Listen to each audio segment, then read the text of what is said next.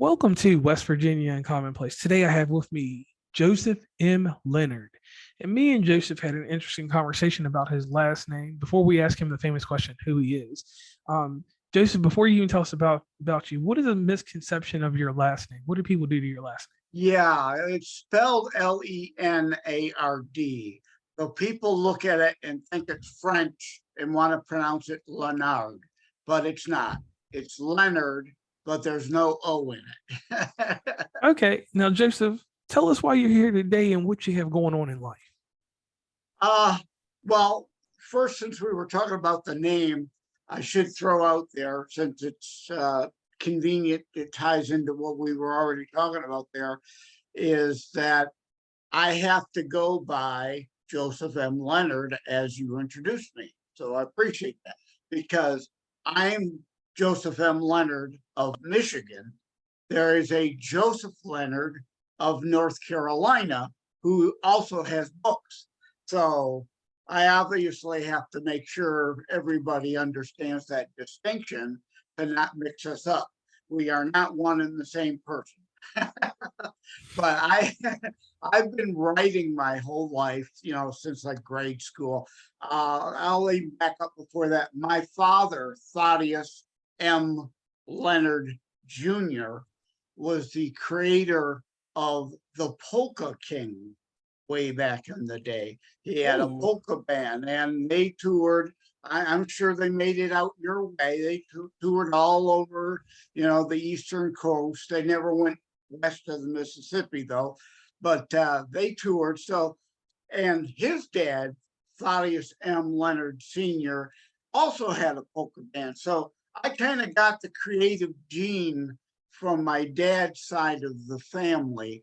And I dabbled in music for a while, but this late 70s, early 80s, it's not like today where anybody can take a laptop and download studio quality software and record songs or an album and put them online and sell them for 99 cents a song.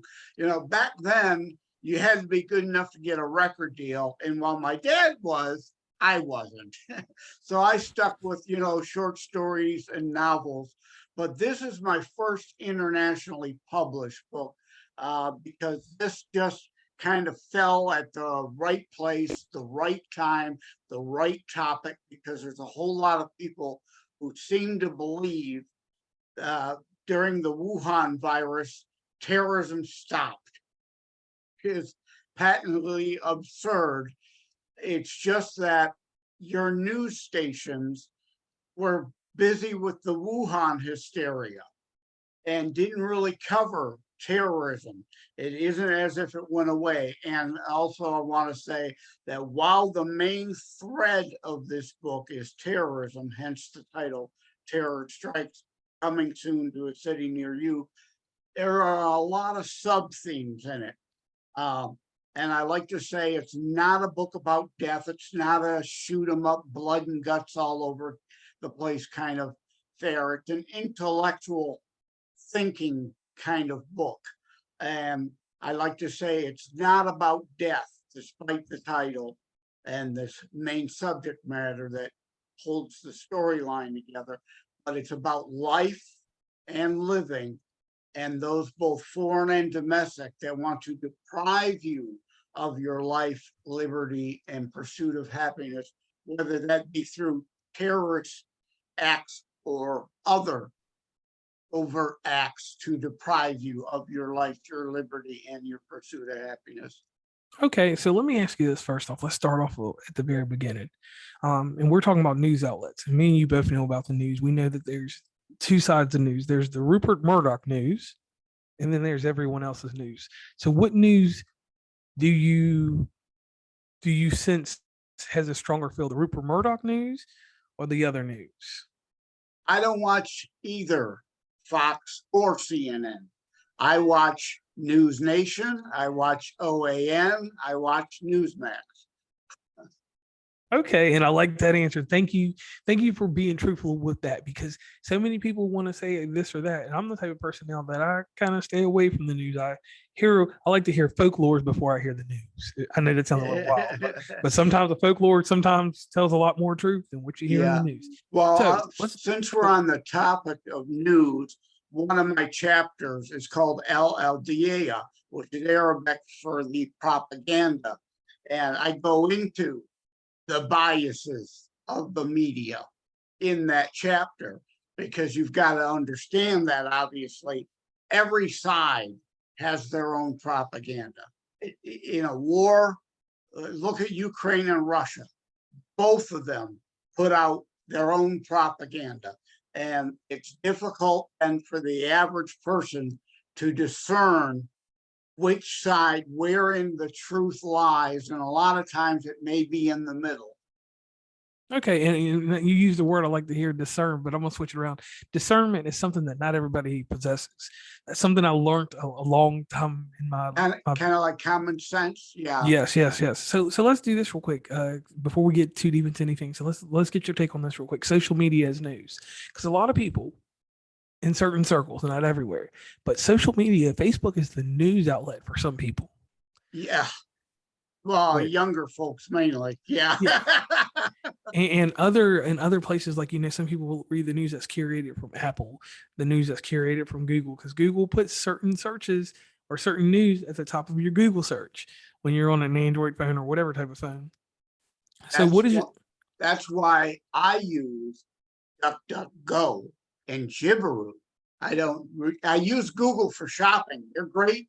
If you're looking for a widget, they're a great place to find where the cheapest widget is. But yeah, as far as truthful information, uh, they filter the news. And I'll tell you, if you go searching for my book on DuckDuckGo, you'll find it right away. You go searching for me or my book, a lot of the results regarding me are suppressed on Google. wow? So I like I said, I've been writing my whole life. I'm a former IT guy, so I've been on the internet before it was ever called the internet. I've been on the internet before there was ever such a thing called an email, just chat rooms or so you were back in the IRC days, yeah, I CompuServe, Netscape. I was just gonna, you took the word right out of my mouth. So CompuServe. Yeah, Yes, sir. I'm CompuServe 37. was great. Yeah. So there were message boards. That's how you communicated. We didn't have email. But so I go back to that. So I've been writing blogs before the term blog was ever created. And you won't find my articles on Google, but you can on DuckDuckGo. Okay, and that's amazing there. So let's talk about this, the lockdowns and terror, and how terrorism didn't stop. Um, what made you become intrigued with this? And the reason I use the word intrigued is because everybody has a nature to want to know more information about things, because we hear certain things, and then when you start hearing, like, an example is just something in the media. One thing that caught me was and it doesn't matter about the act of violence or whatever, when someone gets killed and it's some type of brutality, doesn't matter who does the brutality, police or whatever.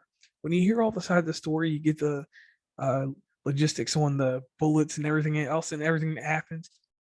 You start seeing things different, and you start realizing that the story that was told on News 13 and then on Channel 7 are totally two different stories. They sound the same, but they aren't the same. And then when you actually read it, and then you read what's published in autopsies and different things like that, in police reports, you start seeing a different picture, because you're getting all these facets and you're bringing them in, and you're like, hey, why didn't the news just tell me the truth? Yeah, you can dig down and get the facts that they leave out because they want to paint a narrative, not actually report the news. And I'll give you my 9/11-ish story. That's kind of been a driving factor in this. Is Okay. I mentioned I was an IT guy. I used to work for Kmart. We talked about that before we came on, Yes. that you were Kmart and you went to Walmart eventually. But I was in IT for Kmart, and I was in New York in August of 2001. You know the saying, there but for the grace of God go I. 1 month later, I could have been in those buildings. So That's wild. So by divine right, you were removed from that situation. yeah, yeah. And also kind of what piqued my curiosity too regarding the subject in the book is I've written on various subjects. I've written sci-fi, I've written drama, I've written a couple horror short stories.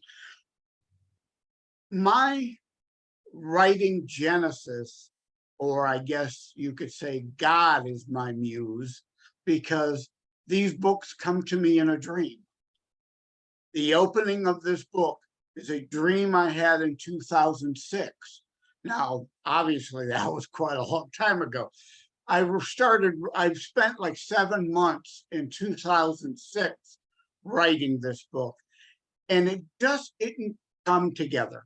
So I put it off to the side. Then the dream came back last year, and I said, okay, I got the message.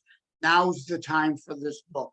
And I spent another 7 months in 2021 finishing it up, got it off to the publisher in January. It was released officially on April 15th for two reasons. One, I was born and raised a Catholic, so I'm Christian. April 15th this year was Good Friday. Okay.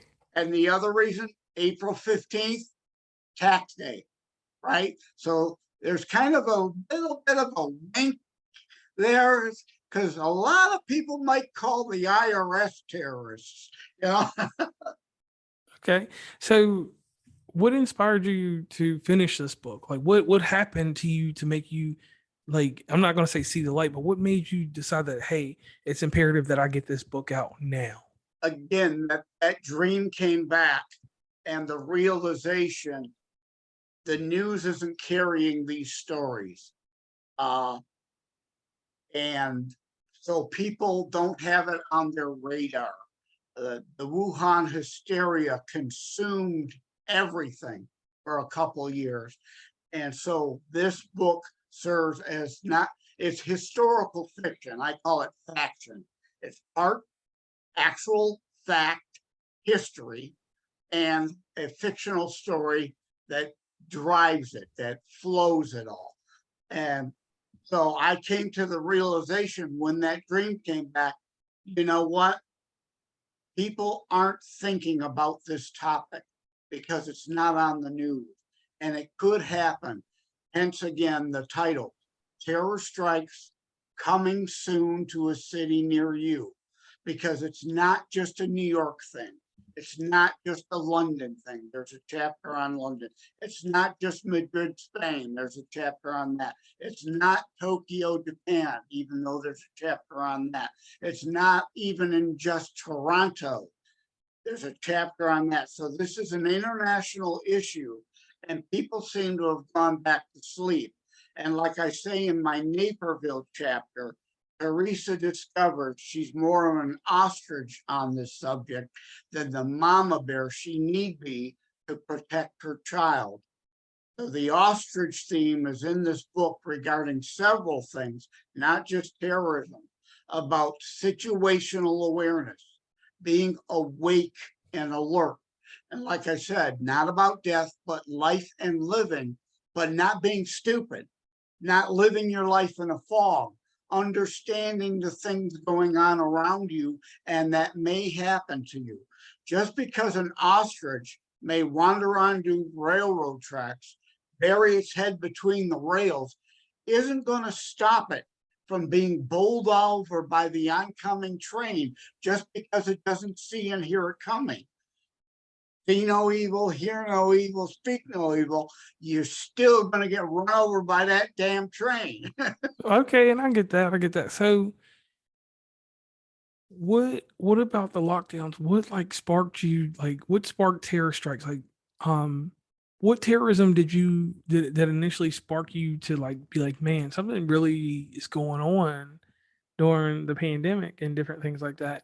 Like, because I'll give you an example. Like, for instance, I noticed like, and people like it's weird they don't want to talk about this, but I'm going to say this with you. I noticed like a lot of more police brutality was going on before, like a lot more was televised or was given national attention before the pandemic. When we got towards the end of the pandemic, it was something that they repeated because it seems like that we have to have some sort of controversy, something to keep the world at odds or the US divided in certain areas. So what inside the lockdown, what was the first bit of terrorism that you saw, and what sparked your interest, Yeah. that the news was not covering it? Even though let me say this, and then I'll get back to that. In this day and age with high inflation, I understand people don't have the entertainment dollars they used to have, the spare dollars to spend. So I tried to keep the size of my book, down somewhat, and to a point where people could still afford to buy it. And the only reason I say that is to lead into this. There, being former IP, there is not a chapter on cyber terrorism, which I could have easily written 50 pages alone on that. There is not a specific section or chapter on mass shootings, even though obviously could have wrote another 50 pages on that. And I joke in the book, because it's a book within a book. My lead character, Martin, is a Detroit newspaper man, who is writing a book on terrorism. So we follow him. So, and I joke, art imitating life, I joke about him saying, War and Peace has already been written. He doesn't want to write a 700-page manuscript. That came from my thought process. I didn't want a 700-page book that would cost $40. I wanted it a reasonable price book, but mass shootings are the thing that there were a lot of that you just weren't hearing. And just coming out of the lockdowns, the few, and again, I keep notes. So I want to grab this note. Okay. There have been more than 200 mass shootings in the United States this year alone. How many have you heard of, right? You may have heard of the Brooklyn subway one, or so hence the title, Terror Strikes Coming Soon to a City Near You. Yeah. That can happen anywhere, people. Right. If you think your sleepy little town is exempt, you're wrong. And the note I just grabbed, here are just 7 of the mass shooters this year alone. Brooklyn subway, April 12th. Iowa nightclub, April 10th. Sacramento, April 3. Sacramento, another April 3. Arkansas car show, March 19th. Vegas hookah bar, February 26th. Virginia hookah bar, February 4th. And I say those things with emphasis to show these aren't all just big city issues. These happen in places. Iowa, would you have thought about a mass shooting in Iowa? They can happen anywhere, people, anywhere. And that's crazy because a lot of that probably didn't even make the news, because the biggest emphasis was Buffalo, for instance. And I want to say this real quick because I do follow things. So Buffalo, for instance, right where that happened at, a little ways across, there's a place called Rochester, New York. As a city, we're talking about one of the murderous places, and I know you know this, in the U.S., which people like to put a connotation on big cities like Memphis and Baltimore, Detroit, and all these places because you see it on the next 48 Chicago, Louisiana, or New Orleans, Los Angeles. Yeah. They always want, they want to do that. So like that's like one thing in the news. I was like, I work everywhere, and with my job, I travel. I was in Rochester, and I was like, wow, this place is like Richmond, Virginia was in the 80s. It's one of those places that's got a lot of murder per capita, and nobody's talking about it. And it's crazy because it's one of the most murderous places. I mean, I understand that things happen in Chicago, Detroit, and this place like that, but it's crazy, like you said, how the news agencies and different things like that depict certain things and then they omit. Like, not one of those places you talked about did I hear about any of that. Because most of the news media elites are coastal elites. If it doesn't happen in New York or LA, they don't know, they don't care. Everybody else is flyover country. Okay, and that makes sense. So let me ask you a few questions about some things. Like, let's go back to 9/11 real quick. 9/11. If there had been some type of broken window policing policy type deal, would that have prevented 9/11? Well, that is tough to answer, but definitely worth the speculation, in my opinion. And for those who don't understand what broken windows policing policy is, Rudy Giuliani, when he became governor of New York, instituted a tough on crime principle.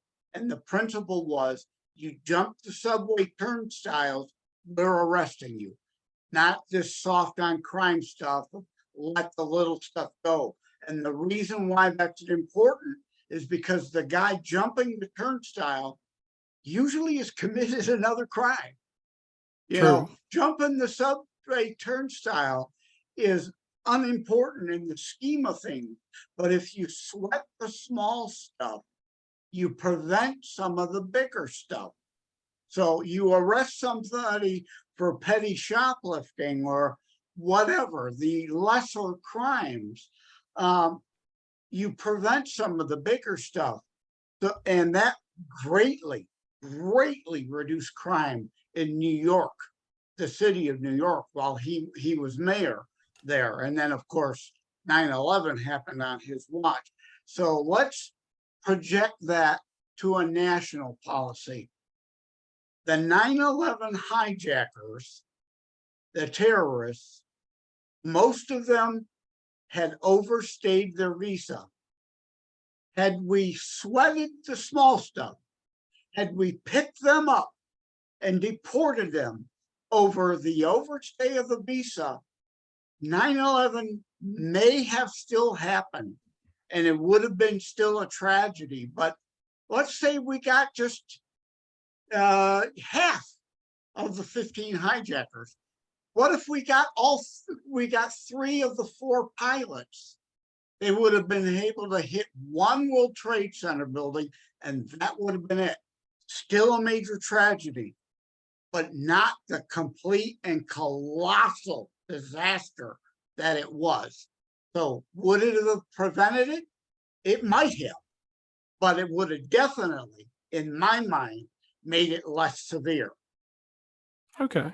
Okay. Makes Now, sense? yes, it does make sense.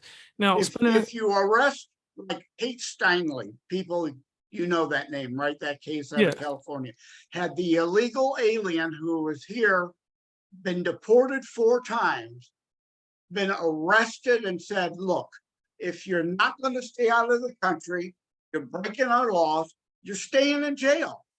Kate Steinle would be alive today.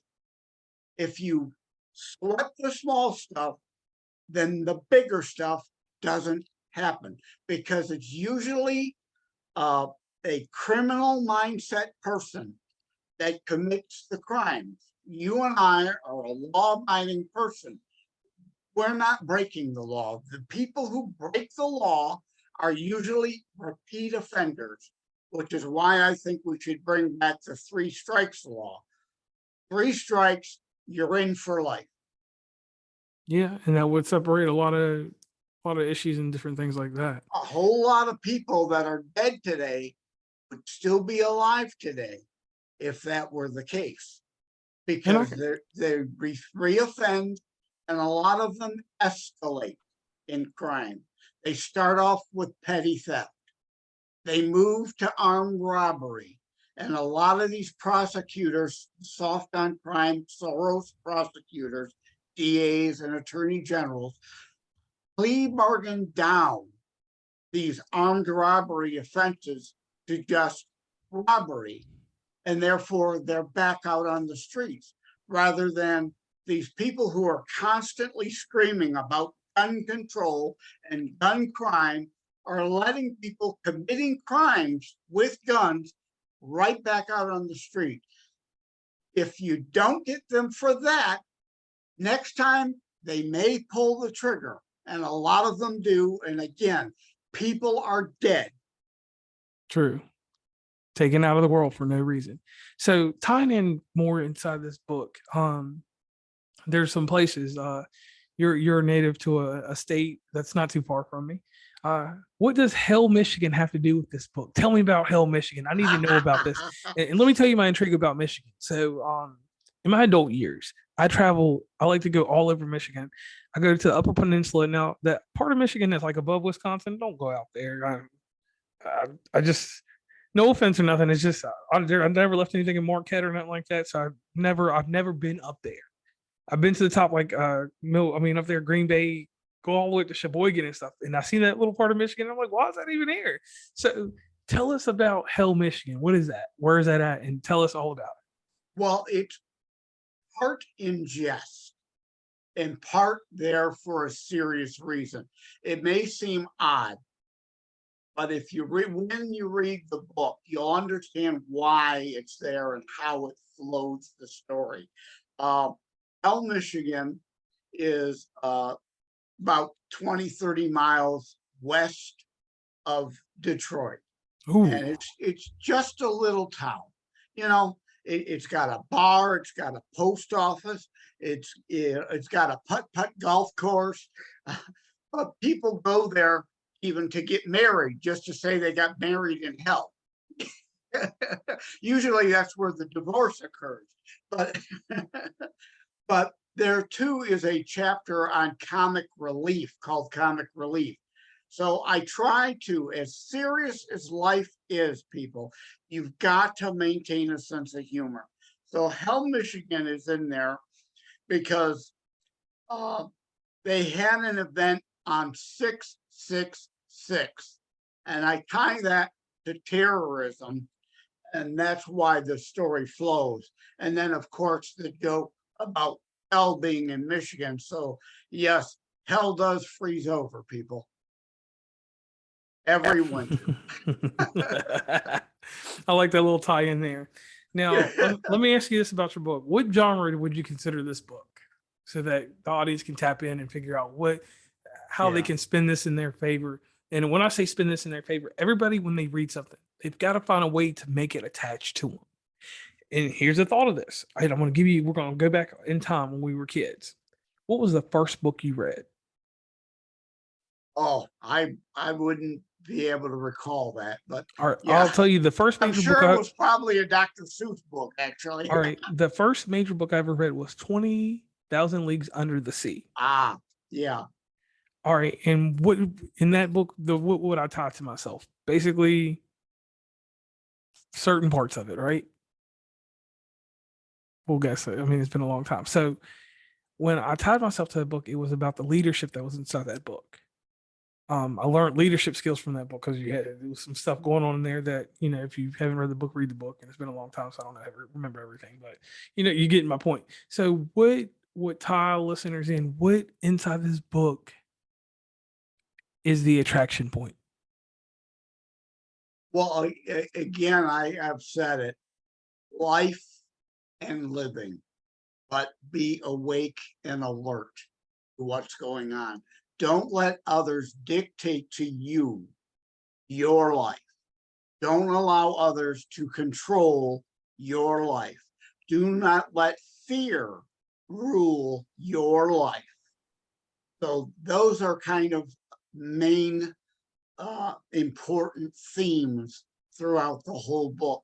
But as for the official genre, it is technically, like I said, I call it faction, but it's technically historical fiction. Okay. And also genre-wise, political thriller is how it's listed on, online in the bookstores. But yeah, I mean, there's a lot going on in this book under that main theme. some would like to say, a usual question is, what book is your book like? Well, when you think George Orwell in 1984, an Animal Farm, and I actually Yes. mentioned Animal Farm in my book, warned you of what was to come. This book is telling you, hey, he was right, it's here. You're living it now. This is about the he was right, you're here now. Look around you, you see it. And also, it's kind of a cross between the Clancy novel, Sum of All Fears, meets the Deep Impact Morgan Freeman movie. What is the government know, but they're not telling you? Okay. Does that make it a little more intriguing? That does make it intriguing. So let's go through this the writer process, because the reason that I do this is because every author writes a book different. So you started the book at one point, you stopped, you kept that manuscript, you put it somewhere, you came back to it later, and when you were writing this, you stopped again, because everybody stops in their creative process. What were the challenges that stopped you from writing? Well, in 2006, I was dealing with major writer's block. It just wasn't flowing. Let me back up even before that. You said every writer is different, and unfortunately, I'm going to disagree with you and say this: in that, Okay. 99.9% of all authors follow creative writing formulaic guidelines. I took those guidelines and put them through the shredder. I Okay. didn't write a formulaic book. I did a lot of things in this book. They say you shouldn't write a book that way. And I immediately flipped the middle finger to those who say that and said, I'm writing a different book. If you want a cookie cutter book, 99.9% of all the other writers give you the same basic story with places and names and a few things change, but they're kind of, a drama is kind of the same drama. A thriller is kind of the same thriller. Clancy and Patterson novels are kind of the all same thriller, terrorist kind of book with different names, different places. All that's out the window with my book. If you want a cookie cutter book, buy their stuff. If you want something different, my book's the book for you. But yeah, in 2006, I ran into writer's block. It just wasn't flowing. But then, like I say, in 2021, the dream came back and it just started flowing. A lot of parts of this book, and a lot of parts of all my writing, I like to say, because I'm a Christian, that a lot of this almost isn't really me. It just flows through me onto the page. You know what I mean? Okay. I'm just the conduit. I'm the typist. but it comes from the universe. It through me. If you're not religious, let's put it that way. The universe kind of. Okay. Now, on the show, we pay homage to a news magazine, which is just crazy, I know. This news magazine is 2020. 2020, when I was younger, it was the first thing, because I'm 37 years old, so that gives you 1985. So, like 90, 91, I was really heavy into news, because after TGI Friday, I watched 2020. It had John Stossel. He was the comedic relief. He was an intelligent, funny. And I love John Stoss. Oh, to me, he was that show. He's the only reason I watched that show. And I still watch his videos he does today. He's still there. He's still doing pieces, but it's all online now. Okay. So, and then it was Diane Sawyer, which Diane Sawyer probably was a better interviewer than Barbara Walters. But Barbara Walters, as a kid, and I'm talking about, I was very high functioning. So I would watch her interview, be like 10:40, and it might go over to 11:02, because they used to cut it. If it was something good, they let her run to 11:05 sometimes, not very often. But what she did in her her interviews, and somebody probably scripted it and wrote it for her. Probably Diane Sawyer and John Cecil probably wrote her interviews. We're not going to take that away from them because they are great journalists. But what she did in her interview, she questioned things. She got things going. She put the pieces to the puzzle in anything she was talking about. Every conversation she had was open, and then it was closed. So real quick, Joesph, we are about to do your 2020 questions. Are you ready? Well, I'm glad you mentioned, because you brought to mind something I usually say in other interviews about the book. This is a connect the dots book. Again, there's a lot of sub themes. Not everybody gets it. There was a woman named Susan out of Australia, and I've done 3 interviews in Australia, and we invariably talk about her because she left me a bad review. It's gonna happen. Not everybody's gonna get it, and she couldn't get how all these dots connected in my book. Okay, so when you had that initial block in 2006 and you stopped writing, the period of time that you didn't write,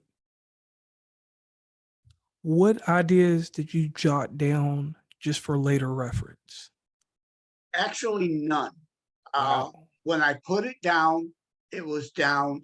It was out of my mind. I was actually writing other things. Those just weren't published. So until the dream came back to me in 2021, this book was pretty much out of my mind, sitting on the shelf. So the book was in your memories museum, basically. Yeah. Okay, so inside your memories museum, this book eventually fell off the shelf and it came back to your Yeah, fell off the shelf, hit me in the head. Right. right. So it came back to you. So when this book came back to you, you had this dream and it dawned on you that, hey, I've got to write this. And we've reiterated this question twice already here. I said it in different ways. But so you start writing the book and it's fluid motion. And with fluid motion, it's like water. It has no form to it because you're writing it. And you're not worried about the social constraints or anything that goes along with structure until you have a finished product, right? Because who cares about proofreading? It makes sense when you're saying it in your head till it gets to paper, correct? Yeah. And that's true. You're talking about the fluidity of it too. And yeah, that's true. You got to get it down, and then you can add some different structure to it. But yeah, it's kind of, whether if it's flowing, it's flowing. You just let it go, and then later, like you said, you step back and say, okay, how can we make this better so that it makes sense to the most amount of people? And again, like Susan, not everybody's going to get it, but how can this book make the most sense to most people? And that was true with this book. I moved chapters about, and had to cut something from this chapter and move it to that chapter to make the flow go and make sense.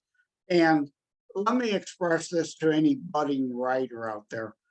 No book is ever really finished. Eventually, you have to put a deadline. And my deadline was December 31st, 2021, so I could get the book into the hands of the publisher in January. Because there will always be things, and that's another reason why you must have other sets of eyes. Editors to proof your own stuff. You should obviously self-edit, but there will always be things you won't see because it's from your mind. So you may accidentally, while you're reading it, read something the way you think it reads rather than the way it actually reads, if you know what I mean. And here's a tip or a trick. There are many applications or computer programs that you can get to read a file aloud to you. Use a program to read your book back to you, because hearing it verbally is also different than reading it. and you can catch things. So, yeah, a book is never really done. There are always things, I think now, even today, oh, darn it, I wish I'd have said that, or darn it, I could have said that differently, or, maybe take that out, but put this in. It's never done. Or you'll end up with a 700-page book. And that's just not, today's the world of Twitter. Nobody has the attention span for a 700-page book anymore. True. So here goes my next question. So you write this book, the book's ready to go, get sends up the editor. You send your book to your editor, and you had to get proofreading done. You let a few people read it, and obviously you got thick skin because you're from an area where you better have thick skin. So you take in constructive criticism with merit. We don't take in negative that's not explained, because if you gotta give me criticism, I want an explanation behind it. Is that true? Yes, yeah. So what was it like getting the first bit of criticism, and how did it shape you after going back and taking that criticism and putting it against your work? Well, yeah, I do have a pretty thick skin, so I don't let it bother me. And yeah, you're right. If it's constructive criticism, that's fine. But 99.9% of every word in this book is mine. I don't use a ghostwriter. That's another thing. A lot of writers will use a ghostwriter. I had considered using one when I picked the book back up again, just thinking that, well, that'll help me get the book done quicker. But it was flowing, so I went with it. I didn't hire one. I wanted this book to be me. And obviously, the 0.1%, though, is constructive criticism that I took from my editor. Now, that's the other thing. You got to understand that an editor is usually a classically highbrowed King's Speech kind of person. And, so they're looking at every comma, every period, every phrase. And, so they put forth, of course, some suggested, and I accepted, obviously, bad commas and bad periods and run-on sentences, shortening those up and things like that, to make the every book is rated on a grade level. And my book originally was at a college senior level. Well, today, unfortunately, you kind of have to bring it down to an 8th grade grading level. So we did that. There were some words that you're making your reader think too much. You got to change that word. And, so I did that. But there were some cases like, no, because an editor won't take into account regional dialects, Right. or regional phraseology, slang, things of that nature. It's like, no, that sentence reads that way, and it must read that way. Because there's a lot of, I was on another podcast, you're my second today. I was on a podcast in Toronto, well, recording, it wasn't live also. And the joke came up that I like to tell about my writing, because he mentioned the word metaphors. I like to say, I'm far too clever for metaphors. I use meta sixes, but I'm pumped. So, but you kind of see where I'm going with that. I think you've got to take into account your readers and understand that each book should have its own regional flair to it.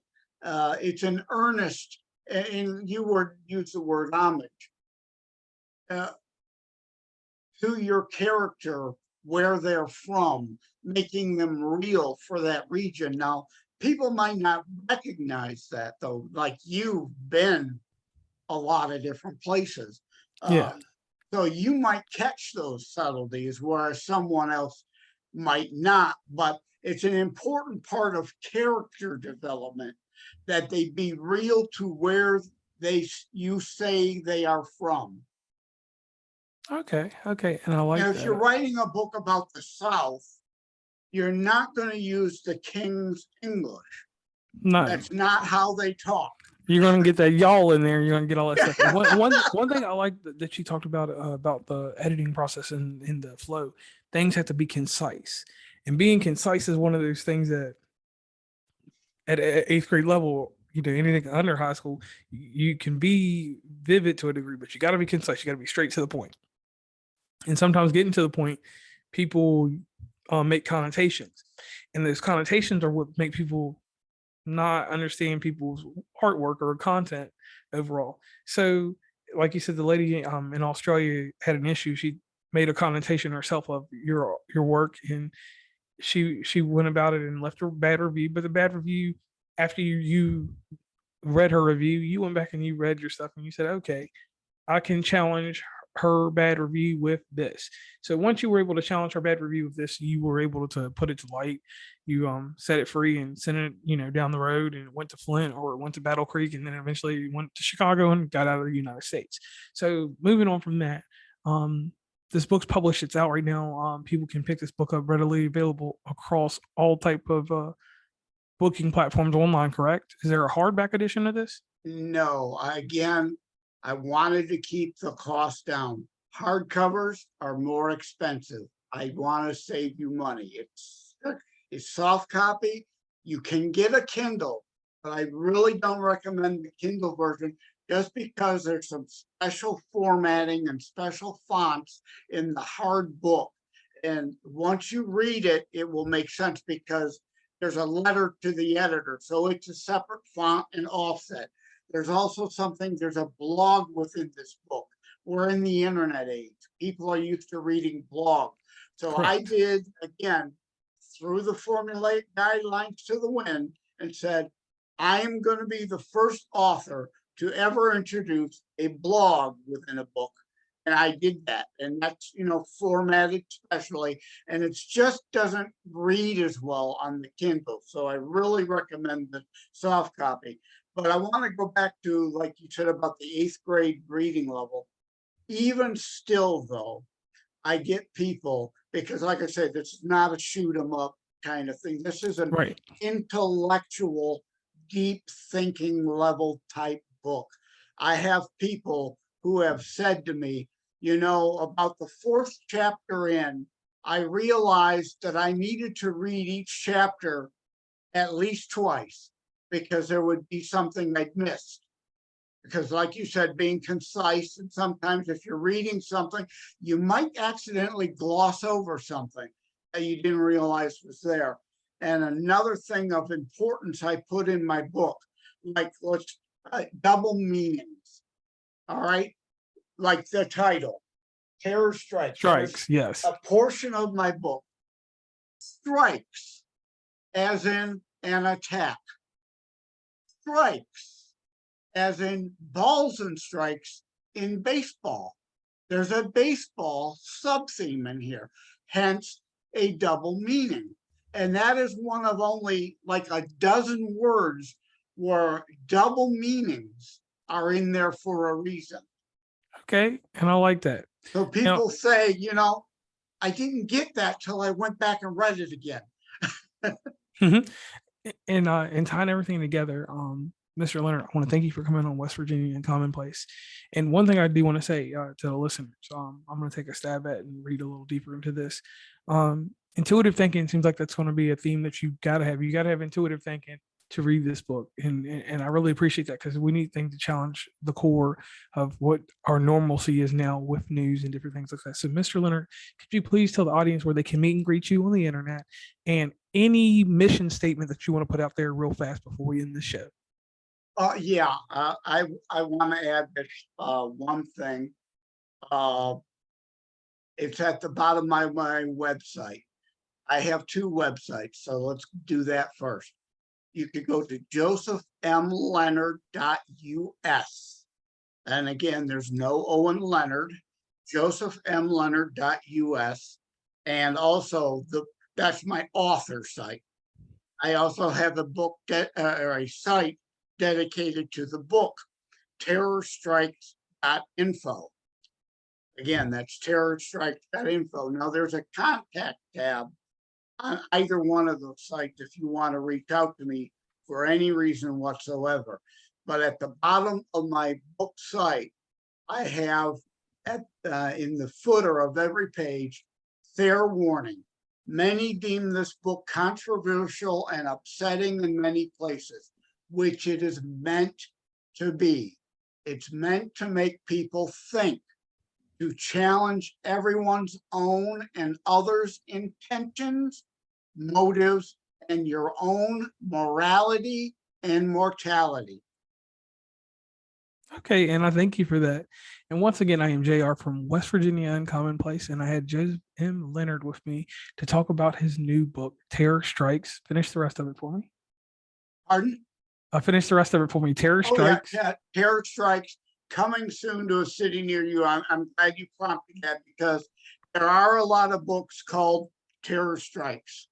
So the subtitle is indeed important, or you'll get page upon page upon page of books just called Terror Strikes. So yeah, Terror Strikes, coming soon to a city near you. And that's important because, again, as we discussed in the mass shootings, there was Iowa and Arkansas in there. People, it can happen anywhere. It really can. No doubt in that. And once again, I'm JR from West Virginia Commonplace. You will be able to find out any and everything about Joesph M. Lenard in our show notes.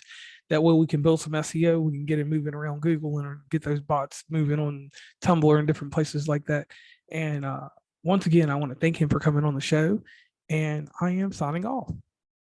Thank you for having me. Take care.